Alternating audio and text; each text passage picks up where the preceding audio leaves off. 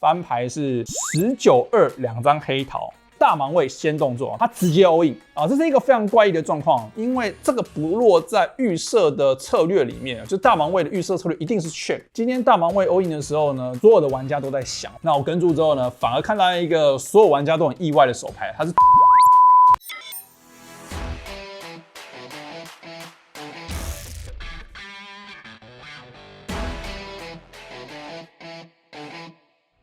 Hello， 大家好，我是小 P， 我们现在人在台北华人，我今天要来参加超级豪客赛，86000买入的豪客赛。好，在影片开始之前呢，先跟大家讲一个好消息，就是我们的 EV 实验室上线啦。那 EV 实验室呢，有扑克文章、扑克新闻，最重要的是有什么呢？有这个订阅影音服务。如果说你想要看到我在决赛桌精彩的手牌讲解的话，可以去看一下下方的资讯栏，了解一下 EV 实验室。那我们影片就要开始喽，我就要直接去参加86000的豪客赛。等一下有精彩的手牌会跟大家做一个手牌回顾，那我们就走。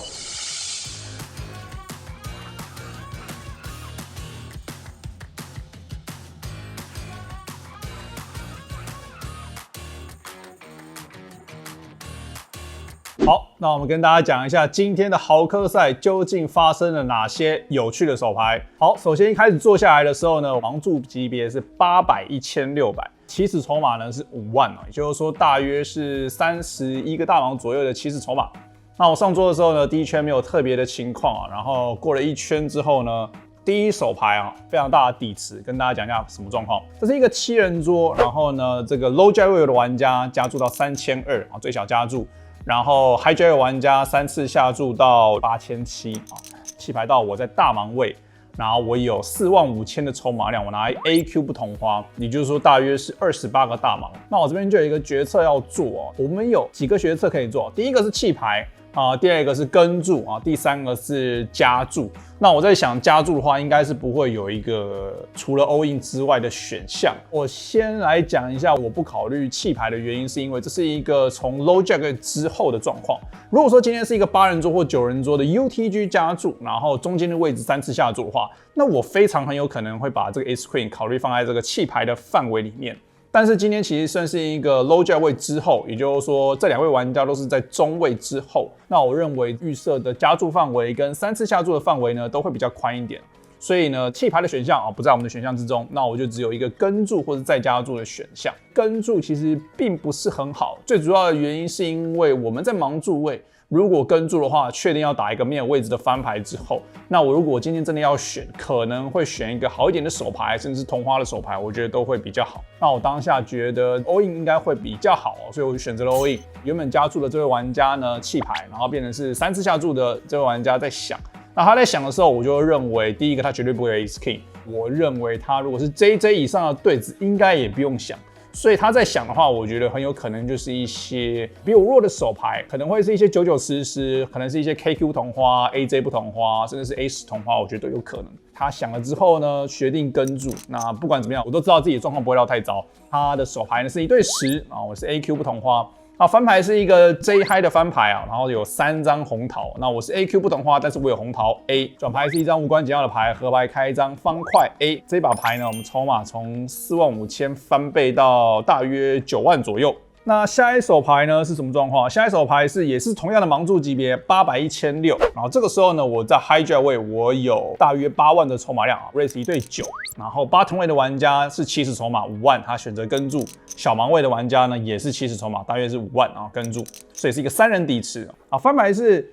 19-5 Rainbow中了3条，小盲位 check 这个时候呢，我会认为也是一个混合策略依照我们之前常讲的这个逻辑99下注绝对放在一个可以拿到3条街的价值嘛，所以我觉得放在下注的范围是非常的好。所以底池大约是13700然后我下注了一个5000接近1/3，然后bottom位玩家跟注，小盲位玩家也跟注2人都跟注的状况。转牌呢是一张2。还是 Rainbow 的牌面那这个时候如果翻牌是2位玩家都跟注的话，我觉得转牌我不会考虑 check 不会考虑的 check 的原因是因为这2位玩家太容易，至少有1位玩家是双头顺之类的听牌那如果有10的话，他们会继续跟注，他们有双头顺也会继续跟注我认为如果我 check 的话呢，他们应该也不会下注。我可以让一些比我弱的牌跟注，尤其是这一些还在路上的牌所以呢，我选择了下注，底池28700。我选择了下注一个还是比较小的尺寸12000。然后最主要的原因是因为他们2位玩家的起始筹码，这手牌开始的时候只有5万，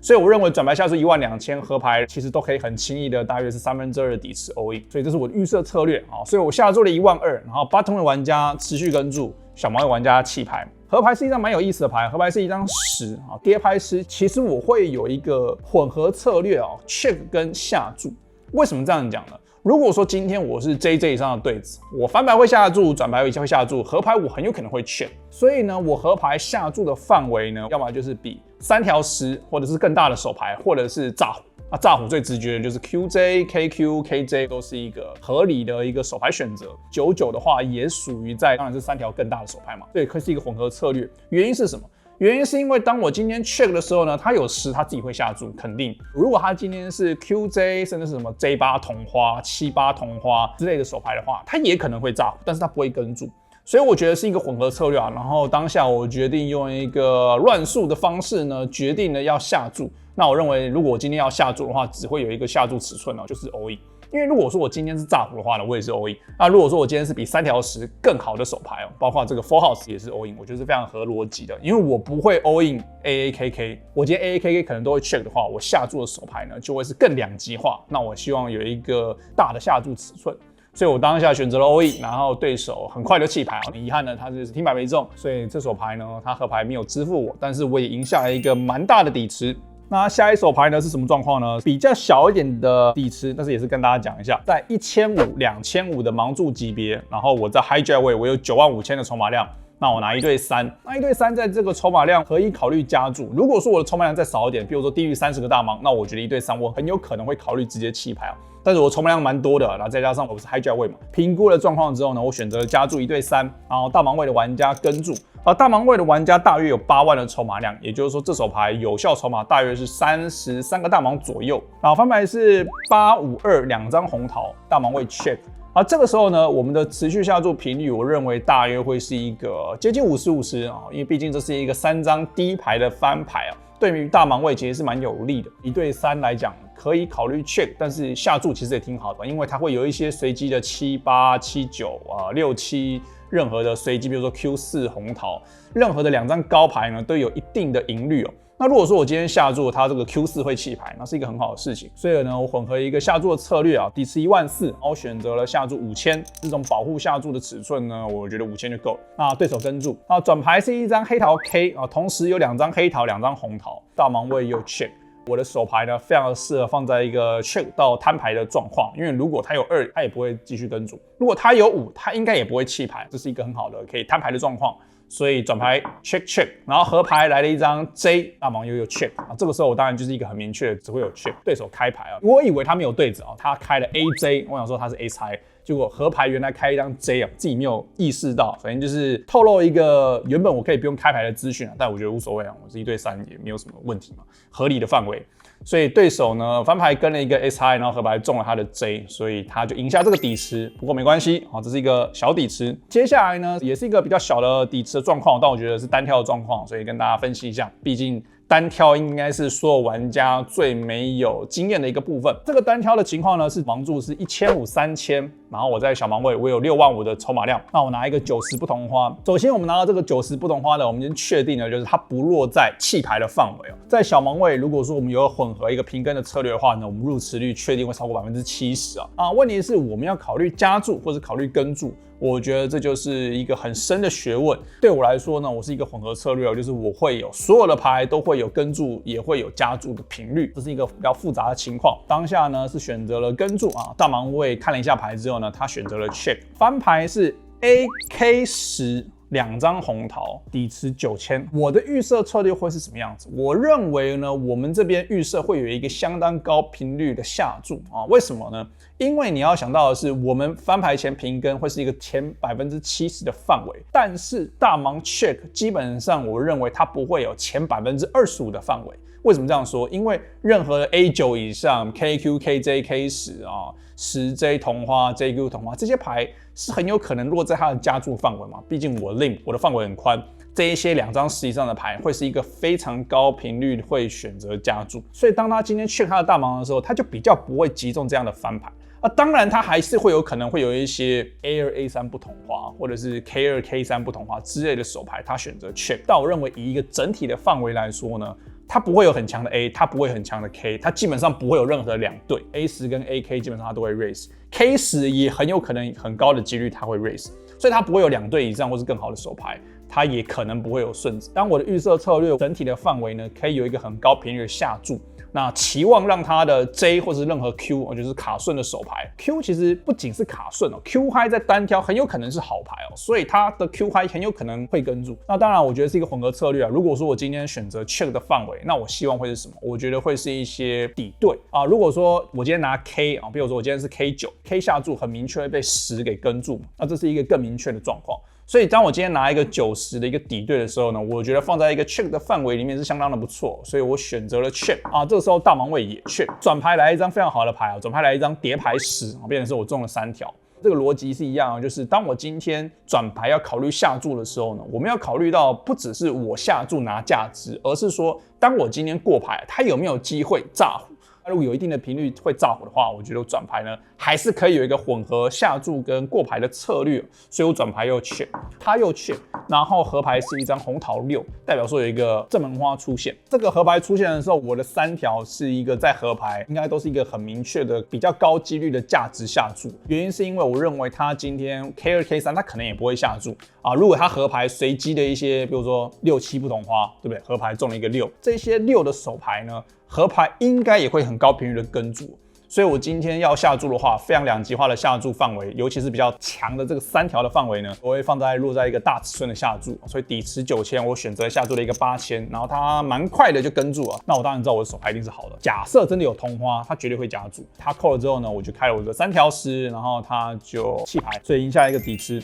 这一手牌我在小盲位，对不对？就紧接着下一手牌换我在 bottom 位。这手牌呢是 low jack 玩家大约有10万的筹码量，他选择加注到6000； 位的玩家大约有8万的筹码量，他选择平跟。然后这个时候呢，我在 bottom 位，我拿 A3 黑桃，我大约有8万2000的筹码量，大约是27个大盲。同花 A 接近30个大盲的话，会是一个很明确的要跟注的范围。我们也可以考虑3次下注，但是我认为当一个中短筹码的玩家跟注之后呢，这个手牌其实不适合放在3次下注的范围，比较适合放在跟注的范围。所以我当下呢选择了跟注，然后大盲位的玩家也跟注，所以这是一个4人底池，翻牌是19-2，两张黑桃。大盲位先动作，他直接 all in 啊，这是一个非常怪异的状况，因为这个不落在预设的策略里面，就大盲位的预设策略一定是 check。今天大盲位 all in 的时候呢，所有的玩家都在想，包括原本加注的玩家也在想，他 all in 32000，底池是28500，也就是说他 all in 比一个底池再大一点点。如果前面的玩家跟注啊，我很有可能我会跟注，或者是我会考虑 all in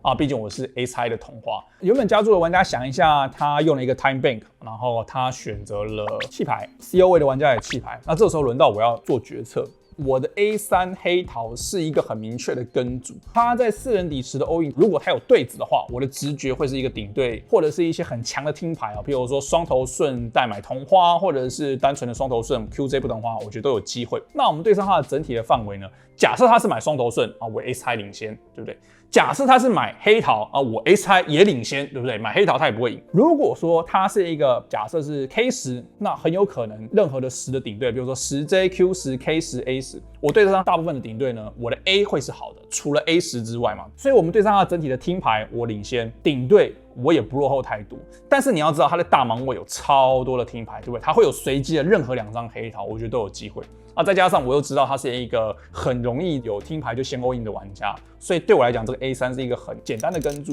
那我跟注之后呢，反而看到一个所有玩家都很意外的手牌，它是90不同花，也就是它是顶2对。当然，这个顶2对，我认为一定是 check 的 EV 会比较高，这个是我不用用电脑软体我都知道，因为他如果 check， 只要任何玩家下注，他这边再加注 all in， 第一个他都是可以拿到更多的价值。原本直接 all in 我们会跟注的手牌，我们自己也会下注。所以它的 all in 其实是不符合预设策略的逻辑啊，但这不是重点，重点就是我跟注了，然后它是90不同花，变成是我必须要击中同花才会赢。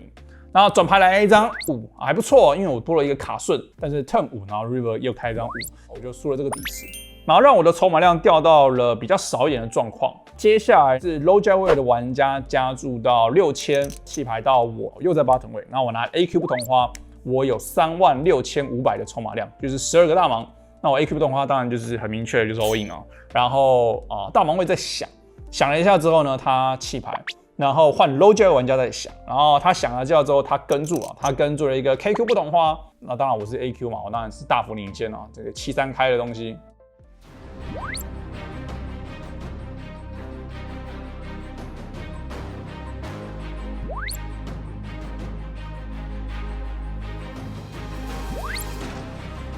翻牌就一张 K， 所以我们今天呢就出局了。大部分的手牌状况呢，我觉得处理的都蛮不错的哦。中间有一个小插曲啊，有人问说，中间为什么突然有裁判来到我们这一桌，然后处理一些奇怪的状况？那跟大家讲一下，就是其实在任何的牌局中呢，玩家有义务去了解整体桌况的情况。那这手牌呢，我们在桌上听到的是，他是第一次进决赛桌，那我不知道这是什么意思，是他没有常打比赛，还是说他不是那么厉害？那这不是重点，重点，我说，